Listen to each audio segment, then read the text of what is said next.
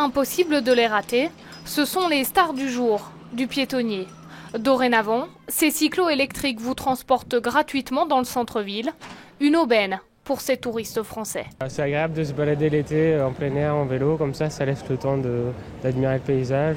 On commence à sentir les jambes, même avec une bonne paire de chaussures, donc un peu de vélo dans la journée, ça peut être sympa.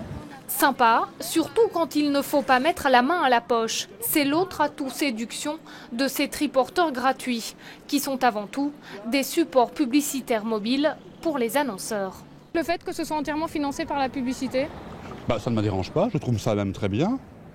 Ça évite que toujours il faut investir et tout ça. Si c'est la publicité qui s'en occupe, pourquoi pas. On propose un mode de déplacement gratuit, mais c'est à très courte distance. Donc on parle des derniers 100 mètres, des derniers 200 mètres grand maximum. Quand on voit le piétonnier à Bruxelles, place de Brouckère ou même un peu plus loin, on parle de quelque chose de 500 mètres, on ne parle pas plus. Des triporteurs qui énervent déjà certains taximans qui voient dans ces pousse-pousse gratuits de nouveaux concurrents déloyaux.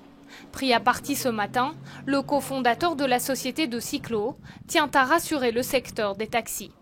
On a rencontré 2 ou 3 taximans qui ont voulu avoir plus d'explications. On a essayé de les rassurer aussi tout en disant voilà, les gars, on est complémentaires.